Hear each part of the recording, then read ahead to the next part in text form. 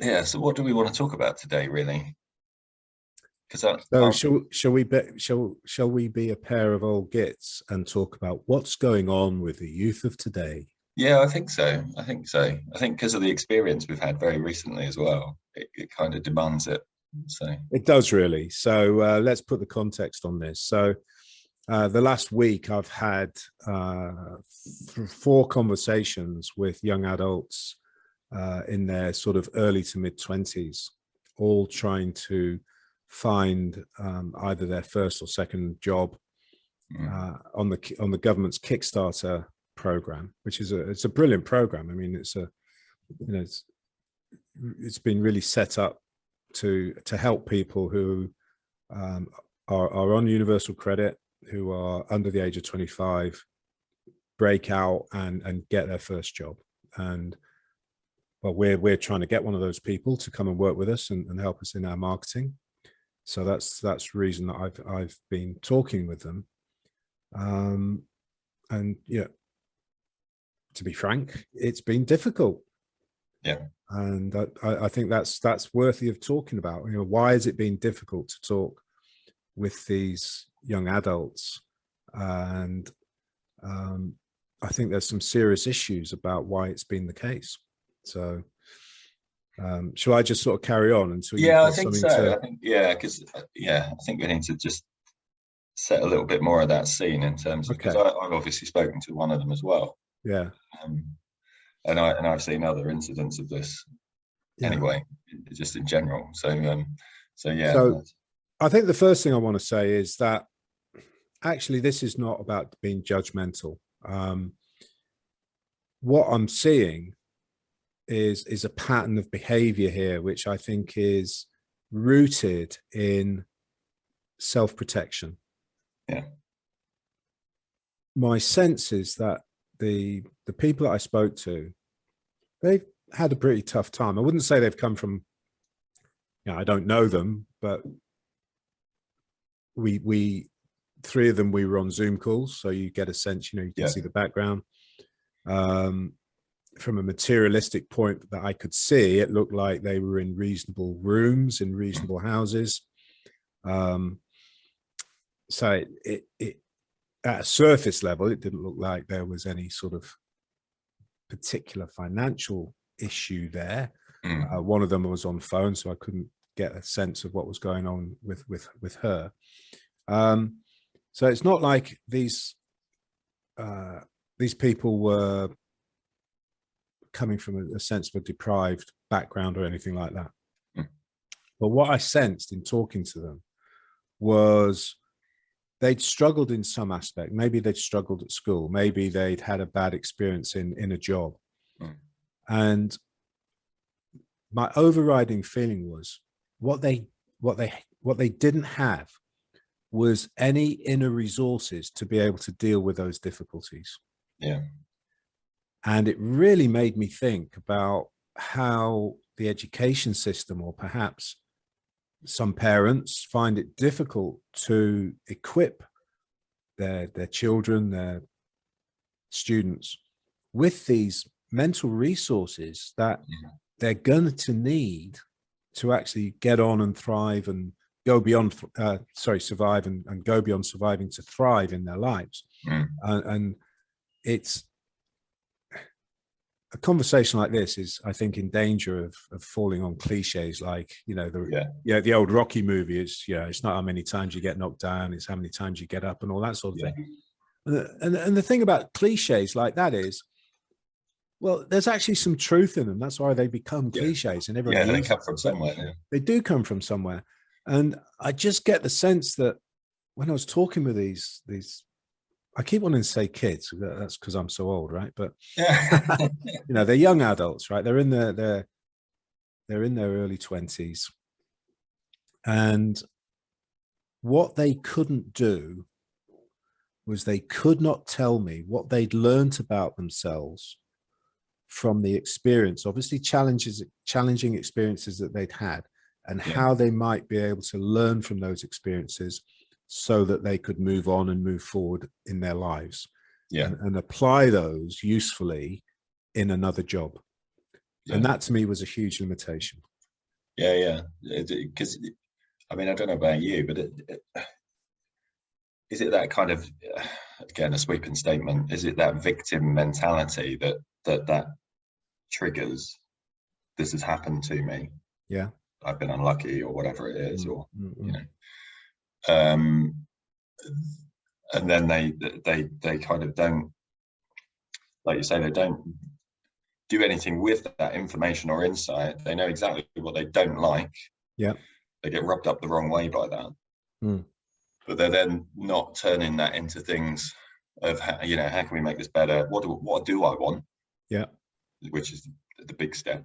Mm, And just sort of slip into this victim sort of woe is me mindset of, oh, I couldn't do anything about that. yeah. It's Well, I think, self-sabotage. yeah, I think what you've hit on there is something that is much bigger and much broader, actually, because I come across that victim mindset in all age ranges and in all aspects of, I mean, I've worked with, 500 people now in all sorts of business, at all levels of business, from, young to old, startup to like mature businesses. And you can find the victim mindset in everywhere. Yeah. And I have to say, one of my biggest wake-up calls was when I was working at the Mirror, and I had a situation where I was dealing with one of the editors, and I didn't take ownership of a particular issue. I blamed somebody. I blamed one of my bosses, actually, something that and I did it because I didn't particularly agree with what I had to do. Yeah. And therefore I blamed someone else. I was like the messenger. Yeah. And I was trying. Yeah. So I was like trying to set myself at the messenger, don't blame the messenger. It's not my fault. And I remember it was a woman, I won't name her. But she was the editor of one of the papers, and she just looked at me and said, do you realize what a victim you're playing? Really? Yeah. And bang, it was like, sure. It was like a shot between my eyes. Yeah. Obviously I've never forgotten it because I've just relayed the story here, but it's like, that really made me sit up and think, just how disempowered I was making myself through that mentality. Yeah. I never did it again. No. Having said that, that did not take away those challenging circumstances where you find yourself with something you've got to do. You don't agree with it. Yeah. A rock in a hard place. Yeah. How do you take ownership of that? And I think that's what these young adults are finding themselves. It's like, it's tough to get a job now. Yeah. It is. There's lots of competition. Doesn't matter what you do. There's lots of competition for every job that's out there. And you're up against it. So this is why I think it's a bit of a protection mechanism. It's like, okay, if I don't show that I'm too enthusiastic about it, if I don't lay myself in the line, if I don't show my vulnerabilities, then if I get turned down, if I get rejected, I'm not going to feel hurt. Yeah. Because that's what I've certainly seen, and I know you have, is that reluctance to actually commit or be overtly enthusiastic, interested, passionate, even about anything.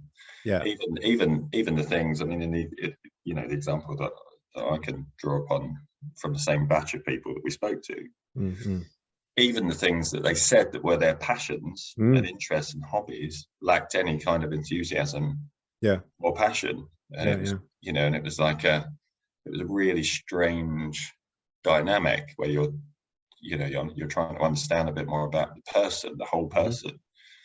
And you appreciate the difficulties of technology and the first time meeting and all that sort of stuff. But just this reluctance to put themselves out there, and whether that's tied to a fear of rejection, fear of failure. Like you say, it's playing it safe, isn't it? Well, in their mindset, I guess.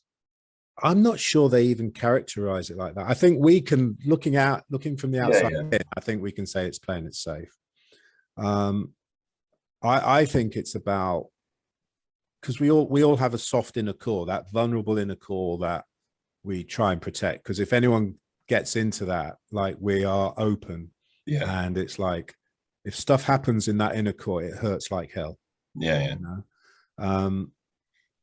And when you're going for a job, it if it's a job that means anything to you, it gets into that inner core, because it's part of you. You know, if you're doing something that is your passion, say, you know, or you're going for an interview for a job that is your passion, you can't but help feel that pull. You know, it's like, how am I going to feel if I get it? How am I going to feel if I don't get it? Yeah. You know, sometimes getting it can be as frightening as not getting it. You know? Yeah, absolutely. Yeah, it's interesting actually, because what that's triggered is, certainly in me, is of all the people we've spoken to, you know, how far does that go in terms of that self-protection? Has it gone to the point where they're just not even applying for things that they really, really want? Well, from the evidence, I've got to say that's not the case, because they're on the Kickstarter scheme. So they've obviously got some sense that they've got to get beyond that. But I wonder whether it's a mix of this idea of self-protection, but they just don't know how to sell themselves. It's like they're looking at these past experiences, and you ask them to talk a little bit about their experiences, what's on their CV.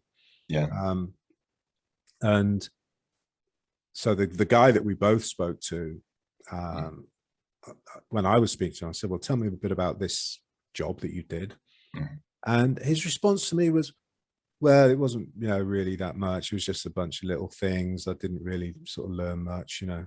And I'm thinking, oh my God, just turn that round, just flip it and look at the other side of the coin. And, you know, it doesn't matter, you know, you might have done one thing for one day, but if you've learned a lesson from that and you can apply that and you can say, yeah, okay, I did that, I learned this, and actually I really enjoyed it and I'd really like to do more of it. That's a compelling story, right? It's for me, and I'm sure for most people, it's not about whether you've done something for a day, a week, a month, or a year. It's like, what did you get from the experience? What did you take from it? Yeah. And just to hear some of that would have been amazing, you know. But in 4 people that I've spoken to, not one seemed to have that ability to flip events and say, okay, yes, it was a shitty time, you know. What one of the girls I spoke to said, oh yeah, the management was horrible and I had to take sick, I couldn't cope. I even said to her, so what did you learn about yourself from that? And she couldn't answer. You know, it's like, I think there's what it's revealed to me is a huge area where we need to be helping these young adults to find better ways to express themselves, and better ways to understand themselves as well. I'd say, you know, because that's an ongoing process. You know, I learn about myself every day because of the situations that I find myself in and the things that I encounter, and I try and take everything I can on board and grow. You know, that's the aim, isn't it? But just in terms of understanding themselves, you know, I've seen this with lots of clients where, you know, I think we've spoken about this before, when you go into, you know, into sessions with clients and they want to articulate who they are as a collective, you know, their values and all this sort of stuff, you know, which was, you know, there's been a big drive on doing. And even in those scenarios, the amount of people that won't actually commit, they go with vanilla things, you know, and won't actually commit and to who they really are, be authentic about it. You know, it plays out at an individual level, as we've seen, where people just are trying to be neutral for various reasons, you know, a number of reasons, protection and whatnot. You know, I think like I said about the tech business that I work with, who, you know, kind of put their hands up in behind closed doors and said, yeah, we're geeks. Okay, so how does that turn into a value? Well, we can't say that. Why not? Well, I think we talked about a bit about this in the last one. We did, but it's linked, isn't it? It's that sense of individual identity and putting yourself out there. Yeah. Because ultimately, that's the only way to really sell yourself. It's to be yourself, isn't it? It is. And it's the old idea of putting your colors on the mast and holding them up high and saying, this is who I am, and standing for something. And and there are people out there doing that, but of course, absolutely, that takes us into a different area, because when you do that, you set yourself up to be shot at, and there's a lot of that going on at the moment. Massively. And I do wonder whether that's part of it. For some of these people, they think, actually, if I put myself out there like that, I'm setting myself up to be shot down. Possibly. I mean, that is all that's in the media lately, isn't it? I think, there needs to be an acceptance or an understanding that this is a polarizing place to exist, when you actually put yourselves out there. And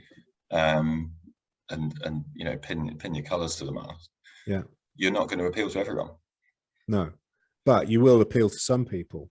Absolutely, and you'll really appeal to those people, and they'll understand the appeal, and they'll know that connection immediately. But the more you mask it, I always remember there was a guy who did a session on time management years and years ago with a business that I was involved in, and he had this saying of one size fits nobody. And it's that. It's exactly that issue, isn't it, where everyone's trying to be neutral, protect themselves, don't set themselves up for failure because they can't cope with failure. And as a consequence, they fail anyway because they don't relate to anyone. Well, I think you've hit on a huge area there, particularly for me. I mean, I go back to my days at school, and to some extent my mum and dad as well. It's like failure was a really bad thing. I was scared stiff of failing at my exams at school. So my motivation to revise and get through, and not just get through, but to get through at the top level was huge. So I did do well in my exams, but I wasn't doing it because I wanted to do it. I wasn't doing it because I enjoyed it. If I did enjoy this, it was fear of the consequence. I was scared to death of failure. No concept that failure is not a judgment. It's feedback. I mean, I know that's a cliche, right? We're back into cliche space, right?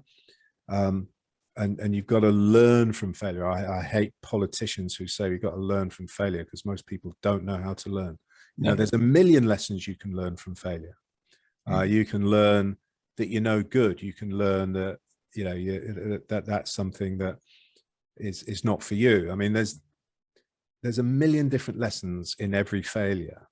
The question is, which one are you going to choose? And I tell you something that really, really helped me to get my head around that was a book, and I think you know this book, Mindset by Carol Dweck. Have you come across that? The Fixed and the Growth Mindset. So I was introduced to it I can remember exactly, it was October 2012, because it was at a personal development program I'd invested in, and it cost me about $5,000 to go on this program, so it wasn't cheap. Would have been cheaper just to buy the book, mate, to be fair. Well, the thing is, I wouldn't have found out about the book until without that. So it's like and to be honest, the value that I've got from reading that book and getting to understand the difference between fixed and growth mindset. Do you know what? If that's what I got out of that $5,000 investment, it's been worth it. Because this was a hard truth to swallow, right? I had to, at the end of reading that book, I had to reflect and think, shit, I've been a fixed mindset for most of my life. And it's like, you think you've got a growth mindset. You think you're open to ideas. You think you can take on board challenges and all that sort of stuff. But when you actually see what it's really about, and Carol Dweck's done an amazing job of really pulling to pieces, what a fixed mindset is and what it means and what the characteristics are, and what a growth mindset is. I had to look at it, and it was like, okay, hands up, But it was in that moment, I was then able to embrace, okay, well, what would it be like to be in a growth mindset, which is where you sort of don't see failure as a judgment. You see it as feedback. You see it as the opportunity to learn the right lesson, you know, not the lesson that tells you you're shit and all that stuff, you know, causes you to shrink back into your shell and not take on the challenges of the world, all that sort of stuff. And it was like, so that's just brought a memory back for me from playing basketball at school. Interestingly, because of my size, I was always pigeonholed as a particular type of player, and I didn't like that. I mean, I learned the sport by watching sport and watching smaller guys play. And I always remember we played a game, and it was in our second year. So I only started in sixth form. We played in the second year, and the previous year we'd finished bottom of the league. I hadn't scored a basket all season. Not one basket. I probably don't even think I took a shot. And I locked myself in parks and played pickup games all over that summer between the 2 years to learn how to shoot and be an offensive threat as well as a defensive threat. And by then our head of PE had given up on us. So we were shit. It was an embarrassment. It just wasn't worth his time. So we ended up with a head of CDT, you know, craft design technology or whatever it was called at the time, as our coach, because he knew the rules. And we'd had one game, and I was playing outside quite a lot and just taking lots of outside shots, not 3-pointers, but quite you know, close to the 3-point line.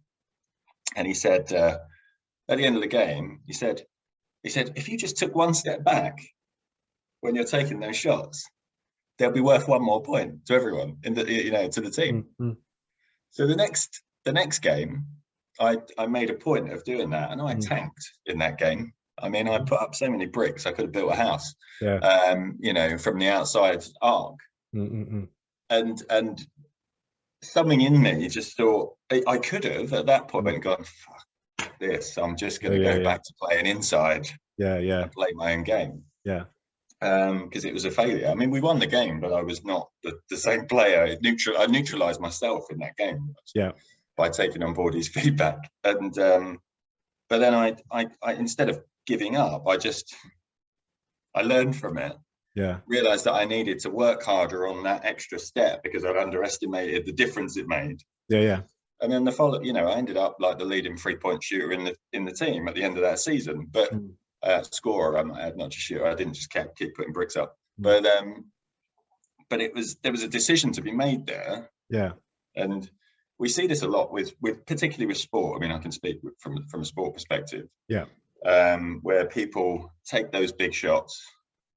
And I remember Michael Jordan always saying, you know, people only count the ones that he made. They forget about the ones that he missed. Oh, I was going to come on to that because I think that quote of his is just fantastic. I can't remember it exactly, but it goes something like, you know, through my career, I took 9,000 shots.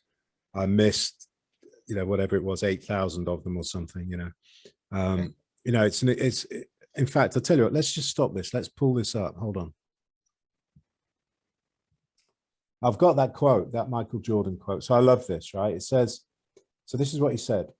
I've missed more than 9,000 shots in my career. I've lost almost 300 games. 26 times I've been trusted to take the game-winning shot and missed. I've failed over and over and over again in my life, and that's why I succeed.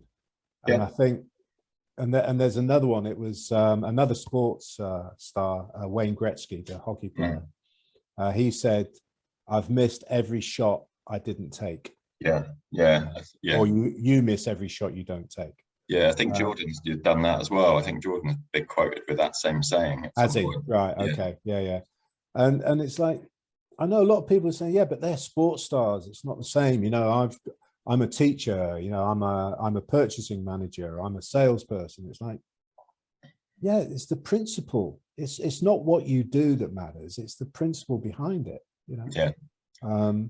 I think what we're doing. I mean, you know, how many times have we reached out and like been rejected? It's like, no, don't want you. You know, it's like, you know, you keep going. You find a way of getting your message across. You find a way of finding the people who want what you've got to offer. Yeah, it's resilience and perseverance, isn't it? And, Yeah. And also during that process, it's not just you know, I mean, I didn't just say, right, okay, coach, I'm going to do exactly the same next week and put up a bunch of bricks and miss every shot that I take from beyond the arc. No. I said, right, okay, I've learned something there. I'm going to have to put some effort in, make an adjustment, and achieve what I want to achieve for the team or whatever it is, for yourself. And I think that's the stuff that gets missed. And my story around that is when I was sort of in the early days of school, I got absolutely trashed around a story. In English, we had to write a story, and I got trashed. And this was before I got into secondary school. But what it did in my head was, I just made the decision, right, I'm not going to do anything where I'm not going to take a subject where my work can be judged. Now, okay, I didn't have those words, right? Those are my words as an adult, but that's me remembering how I reacted to that emotional experience. And the consequence was, even though I loved reading and I loved writing stories, every opportunity I got through the school process to narrow my choices and get away from those subjects which were subjective as opposed to factual. Binary. And I went, and in the end, as I went through school, I ended up doing A levels, which were maths, physics, and chemistry. Right or wrong, black and white. I then go to university and I decide to do a non-scientific subject. So I'm then faced with having to write again. And I can remember this again, it's like vivid because it was so painful.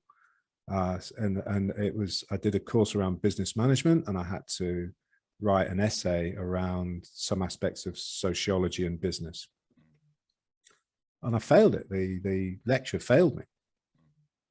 And I was devastated. It was like my first term at university, and I went to see him. I had the presence of mind to go and see him, and he told me what I'd done wrong.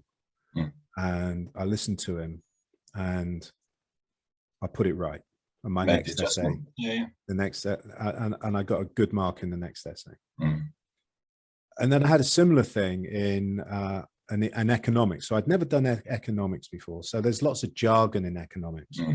And I had to write an essay. I think it was around national income or something like that. And I didn't know what national income meant. It's like, I thought, for me, it was like, I interpreted it as like the average wage in the country. So I wrote an essay about that. But there's a different economic definition of national income, which I now understand. And so we're in a seminar with the lecturer. I can't remember, he might even have been a professor of economics. I can't remember now. And he asked me, and I sort of read out a bit of my essay. And the whole class started laughing at me because they'd all done economics and they knew the jargon. And I just shrunk. I've never felt so small and idiotic in my life,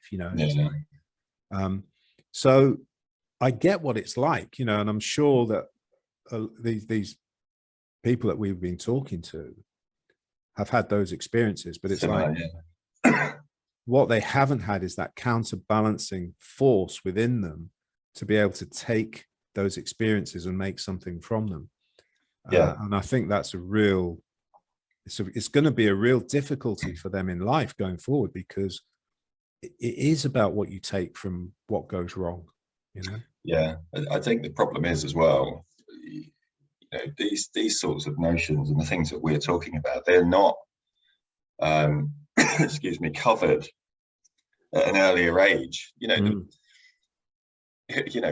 are we at our most?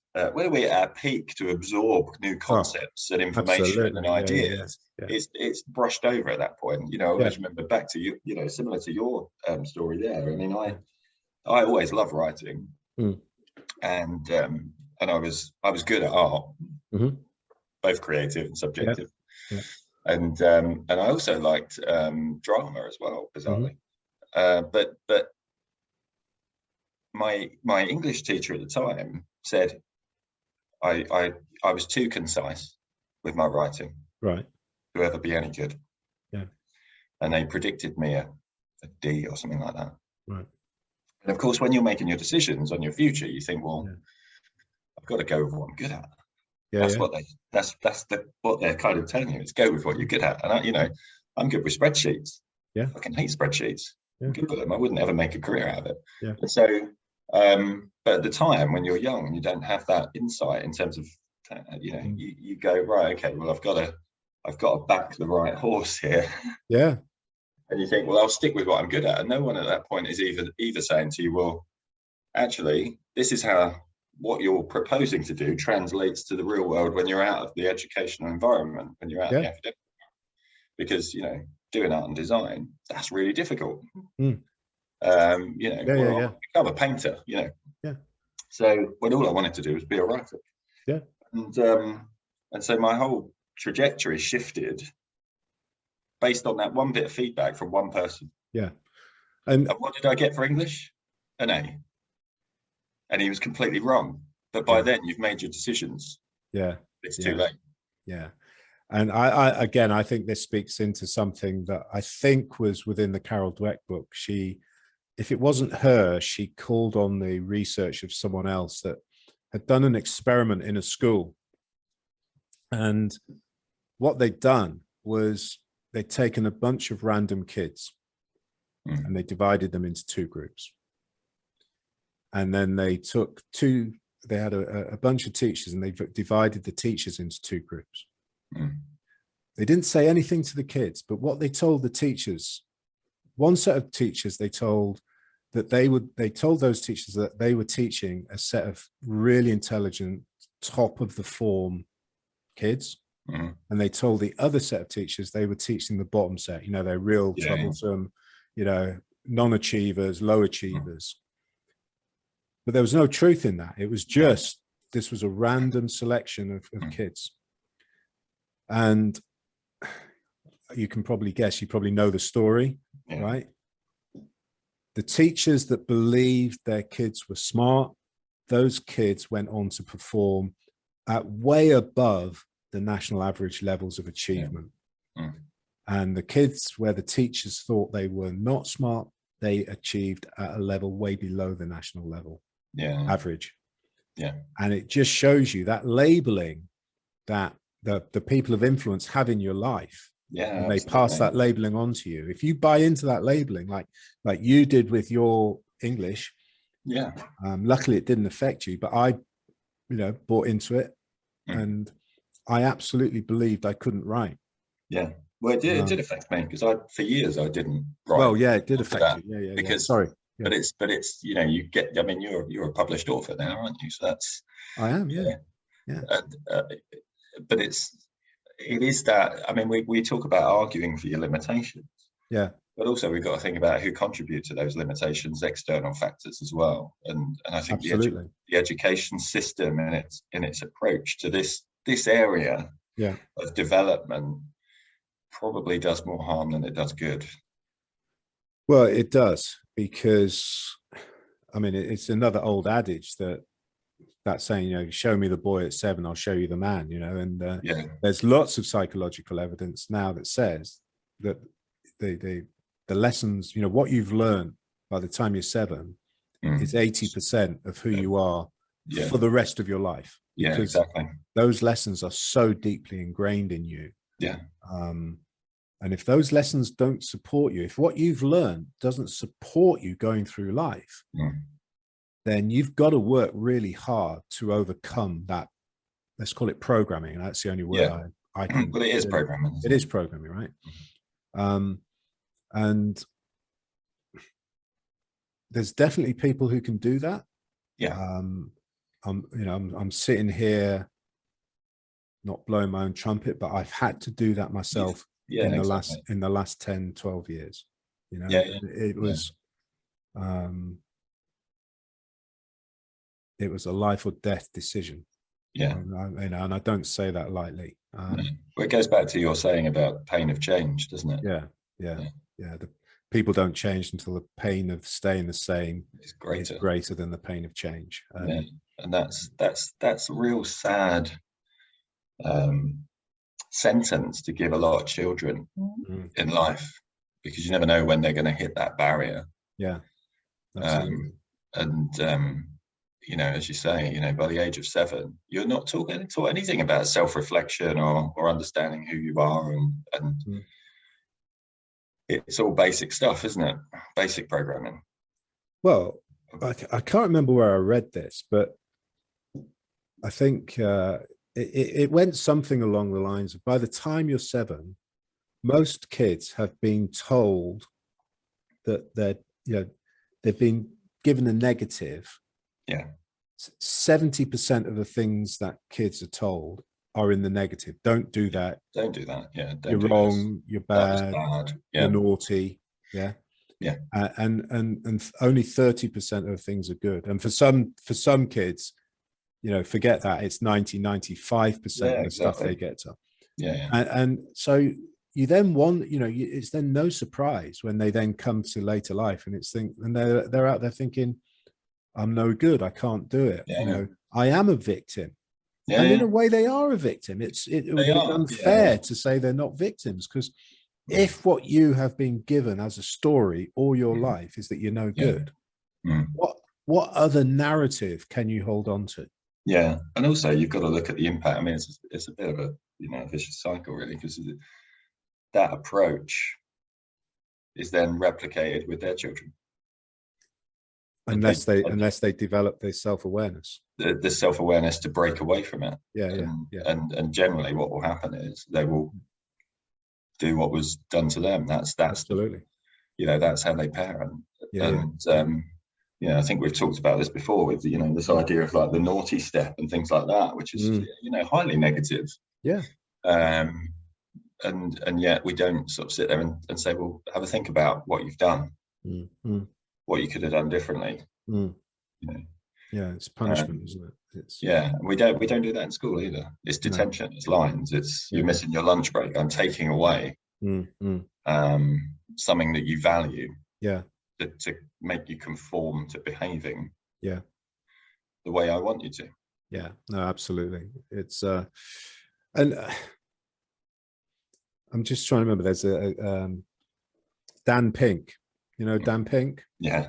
It's got a really famous TED talk. It's got millions of views.